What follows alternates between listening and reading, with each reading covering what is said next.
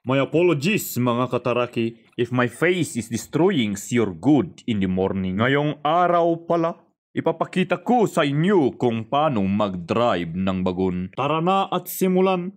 Push tulak para mag-forward. And now let's enter the tall, dark, and contractor.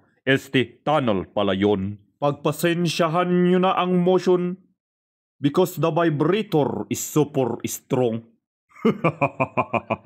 And huwag kayong mag-alala kasi safeguard and secure ang ating tunnel. Simple lang ang pagdadrive ng bagon. Huwag mag-agaw ng linya o mag-overtake.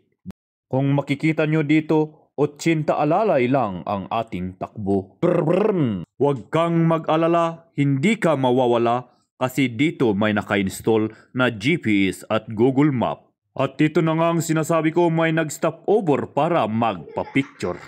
Ayos-ayos muna ng gamit at ipadala ang kanilang water purification sa baba. Yon, lagay, yan, ipapababa na yan, baba.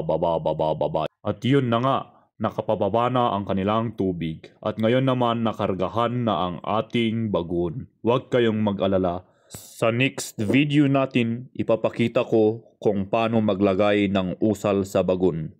Usal po ang tawag namin doon, hindi yung ginagawa mo kapag ikaw ay mag-isa. At yun, naka 80 alalay ulit tayo dyan. Yan, diretso lang.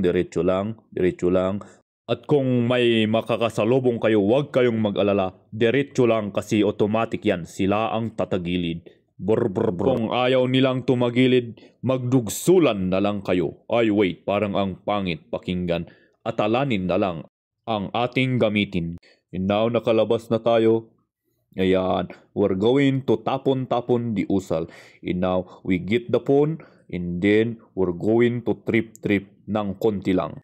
Itong single na aming kasama, Joel ang pangalan. Pumunta siya here na makibagon kasi hindi siya anak ng kontraktor na may project na flood control. Asawahin nyo na siya, parang awan nyo na. Proven and tested yan. Pang inseminada talaga yan.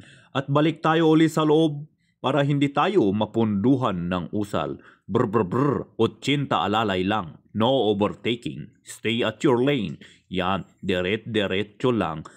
Pasensyahan nyo na uli kasi ang lakas talaga ng vibrator. Vibration pala, yan ang ating tunnel. Makikita nyo naman, safe and secure. Yan, drive yan. Okay. To the right, yan. Kikita nyo naman, nag-right tayo. Yan, diretso lang, diretso. Anong sabi? Mag-right ulit tayo ng konti. Yan, hanggang po ulit tayo makapunta sa ating loading area station. At para makita naman natin ang partner doon na mahabol siya na nagkakarga kasi kailangan natin habulin kasi mapupunduhan tayo ng usal sa baba. At yan, malapit na tayo at dito na ulit tayo sa ating loading station. At yun ang aking partner. Shout out sa iyo. At yun na nga, fast forward back to the future tayo. Tapos na ang isang araw na naman at magre-retira na naman tayo. At yun, lalabas na tayo at drive uli. Palabas. Yan, makikita nyo naman uli. Dark lahat, dark, palaging maitim yung makikita nyo. Dark, tapos yan, ilaw lang, yan, labas, tapos yun, ganon, that's right, o yun, may transition pa nun, at yun, nakalabas na tayo. At bawal po pala ang maarte dito sa ganitong trabaho.